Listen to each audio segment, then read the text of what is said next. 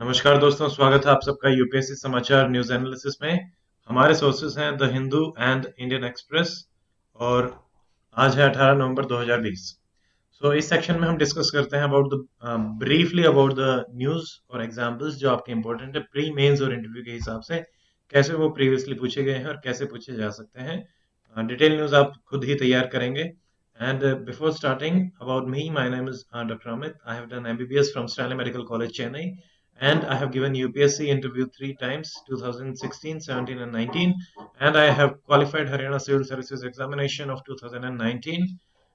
That was last year। और आप follow कर सकते हैं डॉक्टर अमित अकेडमी को फेसबुक, इंस्टाग्राम और टेलीग्राम पे। मैंने लिंक डिस्क्रिप्शन सेक्शन में दे दिए हैं। और हमारा न्यू बैच शुरू हो रहा है यूपीएससी 2021 और एचसीएस के लिए। उसकी सारी की सारी डिटेल्स आपको इन्फॉर्मेशन आई वाला जो बटन है उसमें मिल जाएगी, ओरिएंटेशन क्लास के नाम से। Please watch it. तो आज की हमारी पहली न्यूज है सुप्रीम कोर्ट जो चीफ जस्टिस हैं बोबडे जी, उन्होंने कहा है कि व्हाट मैकेनिज्म, जो गवर्नमेंट है उसके पास क्या ऐसा मैकेनिज्म है to fight the fake news. तो यहाँ पे उन्होंने उनसे पूछा है कि आप कैसे केबल टीवी एक्ट है उसको एम्प्लॉय कर रहे हैं और कैसे जो बढ़ रही है हमारी फेक न्यूज उसको कैसे कंटेन करना चाहते हैं। क्या आपके पास कोई अथॉरिटी है? क्या आप इनको स्टॉप कर सकते हैं ब्रॉडकास्टिंग के लिए? या अगर अथॉरिटी नहीं है तो हम खुद ही ये एक आउटसाइड अथॉरिटी को दे देते हैं। तो यहाँ से जो इंपॉर्टेंट चीज निकल के आ रही है वो है कि कैसे जुडिशरी आपके एग्जीक्यूटिव के फंक्शन को लेने के लिए कह रही है। तो ये हमारा होता है जुडिशियल एक्टिविज्म। ठीक है, judiciary because of some circumstances कि कुछ काम हो नहीं पा रहे हैं, या तो वो लेजिस्लेशन से रिलेटेड हो सकते हैं या एग्जीक्यूटिव से रिलेटेड हो सकते हैं। उन कामों को जुडिशरी अगर अपने हाथ में खुद लेती है तो उसको हम बोलते हैं जुडिशियल एक्टिविज्म। ओके। और यहाँ पे आ, ये है आर्टिकल 142 हमारा होता है जो कंप्लीट जस्टिस की पावर दी गई है सुप्रीम कोर्ट को और जुडिशरी को। तो उसके थ्रू कैसे सुप्रीम कोर्ट ये सब कर सकता है इस टाइप की। फॉर एग्जांपल यूपी में लोकायुक्त की अपॉइंटमेंट करी गई थी। फॉर एग्जांपल सीएनजी की जो बसेस चलाई गई थी उसको मैंडेटरी किया गया था, वो भी इसी पावर को यूज करते हुए किया गया था। मोस्ट ऑफ द टाइम ये पावर पॉजिटिवली यूज की जाती है जुडिशरी से, बट यहाँ से आपका इश्यू जो बन के आता है वो आता है जुडिशियल इंटरफेरेंस जो होती है। ठीक है, उसका इश्यू बन के आता है इन एग्जीक्यूटिव एंड लेजिस्लेटिव फंक्शन। जो आपका सेपरेशन ऑफ पावर है, article 50 of directive principle of state policy, उसको कहीं ना कहीं ये चीज वायलेट करती है। फिर आपके एक news about new virtual hearing rules for lower courts in Delhi. तो कैसे विद टाइम और कोरोना की वजह से आपकी वर्चुअल हियरिंग्स बढ़ी थी। पहले तो नॉन अर्जेंट जो मैटर्स थे उनमें आपका अलाउ होता था कि भाई अगर आप नहीं प्रेजेंट है तो नई डेट दे दी। बट अब पहले इसके पीछे कारण ये था कि लोगों के पास उतनी टेक्नोलॉजी नहीं थी क्योंकि एकदम से रूल चेंज हुए थे। बट विद टाइम अब वीडियो कॉन्फ्रेंसिंग हो रही हैं, तो अगर कोई वकील या जो अपीलेंट है वो आ नहीं रहा है तो उसको कोर्ट आगे की तरफ बढ़ा सकता है, उसको बैक साइड कर सकता है उस केस को, पर्टिकुलर केस को, अगर वो लोग अटेंड नहीं करते हैं तो। सो इट शोज कि कैसे विद टाइम आपको रूल्स एंड रेगुलेशंस भी बनाने पड़ते हैं डिपेंडिंग अपॉन योर रिक्वायरमेंट्स। और ऐसा अलग अलग केसेस में और भी देखा जाता है। फॉर एग्जांपल आपके क्लिनिकल ट्रायल्स हैं, उनके रूल्स की भी हमें जरूरत है, या फिर आर्टिफिशियल इंटेलिजेंस है उसके रिलेटेड भी रूल्स की हमें जरूरत है। फिर एक ही न्यूज है अबाउट ब्रू रिफ्यूजी जो है, उनकी जो डिमांड है इमीडिएट इम्प्लीमेंटेशन की, उनके साथ जो सेटलमेंट पैक्ट साइन किया गया था तो उसकी। एक तो सेटलमेंट पैक्ट की आपको प्रोविजंस पता होने चाहिए, जो 4-5 प्रोविजंस है वो इंपॉर्टेंट, वो प्रोविजंस पता होने चाहिए। ट्री के हिसाब से आपका इंपॉर्टेंट बनता है कि ब्रू ट्राइब्स आपकी कौन सी स्टेट में पाई जाती हैं, तो ये आपको पता होना चाहिए। त्रिपुरा, ये डायरेक्टली सवाल पूछा जा सकता है। फिर एक ही एडिटोरियल है, इस एडिटोरियल का आपको मेंस के पर्सपेक्टिव से पढ़ सकते हैं कि the changing the discourse on victim jurisprudence. Jurisprudence होता है कि study, knowledge and the science of law. कि एक विक्टिम है जो जिसके ऊपर क्राइम हुआ है, उसकी मेंटल स्टेट या उसकी लाइफ पे कैसे इफेक्ट पड़ा उस पर्टिकुलर क्राइम का, वो उसको जस्टिस मिला या नहीं मिला, मिला तो वो उससे कितना सेटिस्फाइड है, टाइमली इंटरवेंशन हुआ जुडिशरी का या फिर पुलिस का, तो वो सारी की सारी चीजें जो हमारा क्रिमिनल जस्टिस सिस्टम है उससे रिलेटेड प्लस विक्टिम से रिलेटेड, तो उसका pre crime and the post crime levels देखे जाते हैं कि कहाँ तक सिस्टम उसको कंटेन कर पाया है या फिर सेटिस्फाई कर पाया है विद जस्टिस से। तो ये आपका आता है विक्टिम जूरिस्प्रूडेंस में। इसकी बहुत ज्यादा डिमांड हो रही है आजकल। ये शो करता है द कंपैशन और एम्पैथी। इस एग्जांपल का आप यूज कर सकते हैं एथिक्स में, और ये पॉलिटी में भी पूछा जा सकता है पेपर 2 में डायरेक्टली। इससे रिलेटेड सवाल बनने की संभावना है पूरी पूरी है। तो इस एडिटोरियल को आप पढ़िए। देन अर्मेनिया और अजरबैजान का जो इशू चल रहा है, 6 वीक हो गए हैं एंड नगोर्नो कैराबाख रीजन में ये इनके वार चल रही थी, बट रशिया ने मीडिएट करते हुए इसको रोका है, सीज फायर किया है।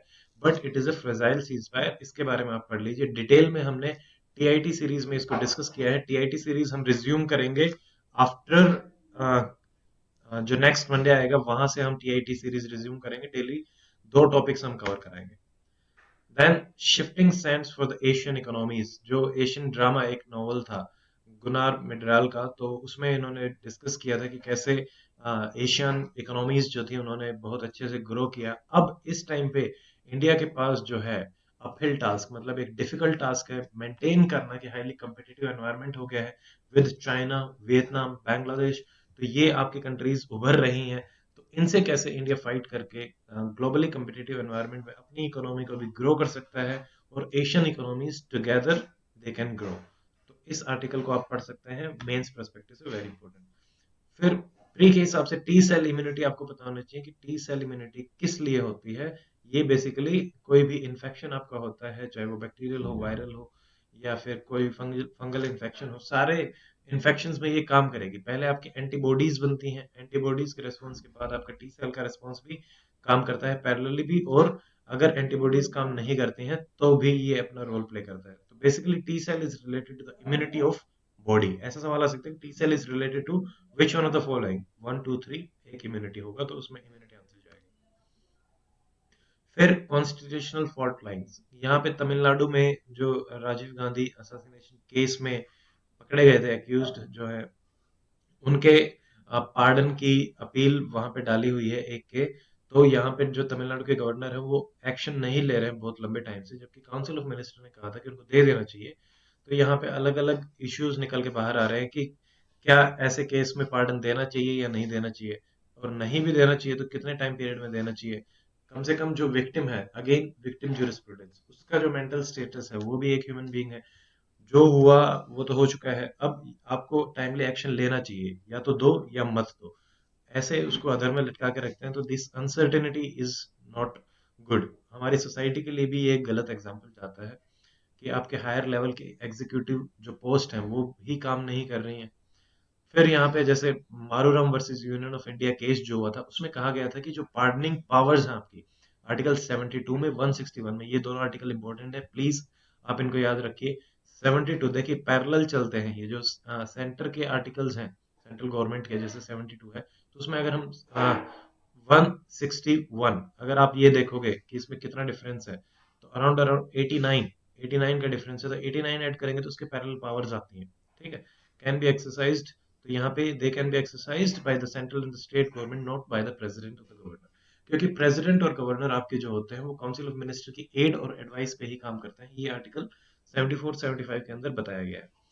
देन और ये जो एडवाइस होती है वो बाइंडिंग होती है, प्रेसिडेंट पे तो कंप्लीटली बाइंडिंग होती है, गवर्नर पे कंप्लीट बाइंडिंग नहीं होती बट बाइंडिंग होती है। अगेन आरसीईपी न्यूज में था तो आरसीईपी से रिलेटेड आर्टिकल है, इसको आप पढ़ सकते हैं, अपने नोट्स में ऐड कर सकते हैं कि कैसे it is not just a trading agreement.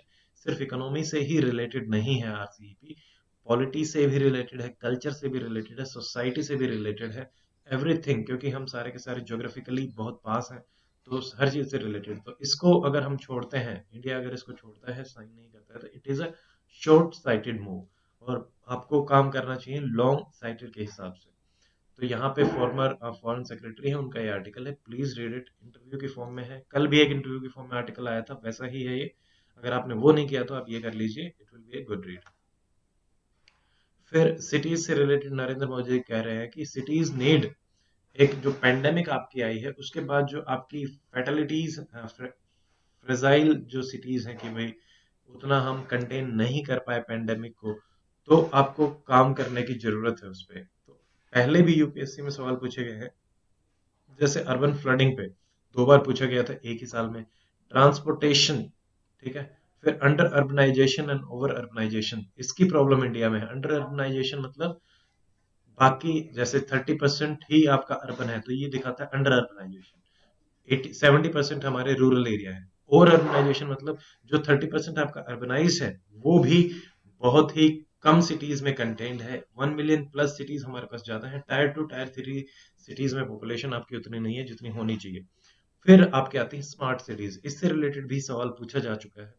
तो ऐसा भी सवाल पूछा जा सकता है डायरेक्टली, ये कि ये स्टेटमेंट आपकी आ सकती है मेंस में। तो ये आप इसको पढ़िए और इससे रिलेटेड और भी पॉइंट्स आप तैयार कीजिए।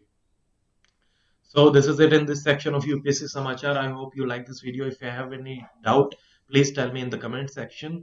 And see you in the next video tomorrow. Till then, stay fit, stay healthy. Goodbye. Jai Hind.